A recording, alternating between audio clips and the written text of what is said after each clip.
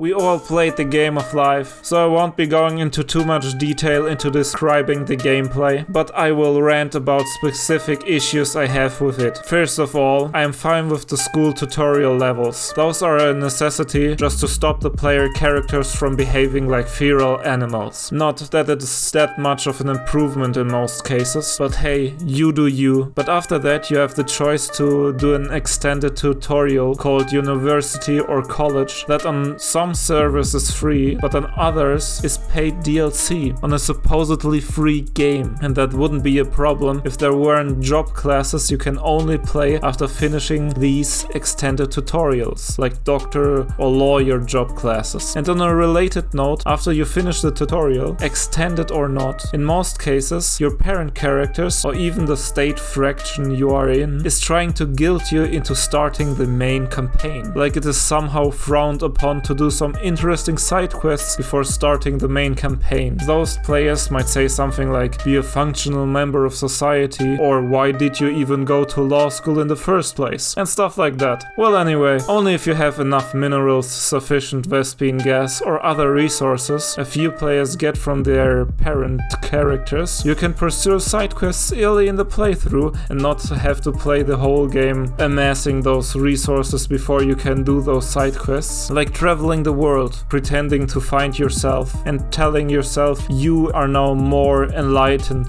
as a person. A bit unbalanced if you ask me, especially for a game that pretends to be free but is free in all but name. Even if a lot of things you have to pay for are purely cosmetic, it does not excuse that others are essential for your playthrough of the game. Oh, and you have to pay for all of it in in-game currency. But at least the game eases you into it, and you have to pay for most of the monthly or yearly fees only after you have finished your tutorials. But on the other hand, if you're playing a parent character, you basically have to pay for the child character and hope that lazy bum doesn't stick around after his tutorial levels and tries to become a YouTuber or something. But most people have to worry about such a thing only after they put enough skill points into mating to at least finish one romance quest with another player successfully, a thing which most of my viewers don't have to worry about.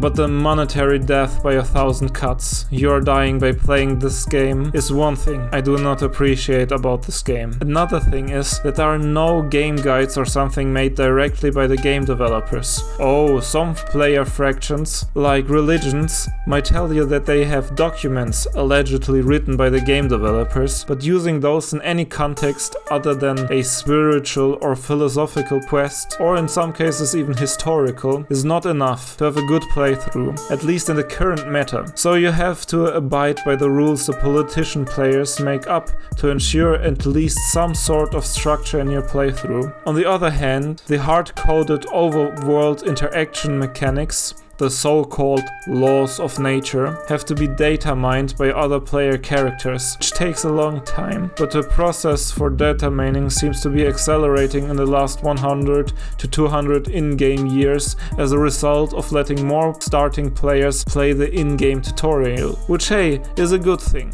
But it still baffles me that there is no complete walkthrough from the game developers. But maybe that's the challenge, I don't know.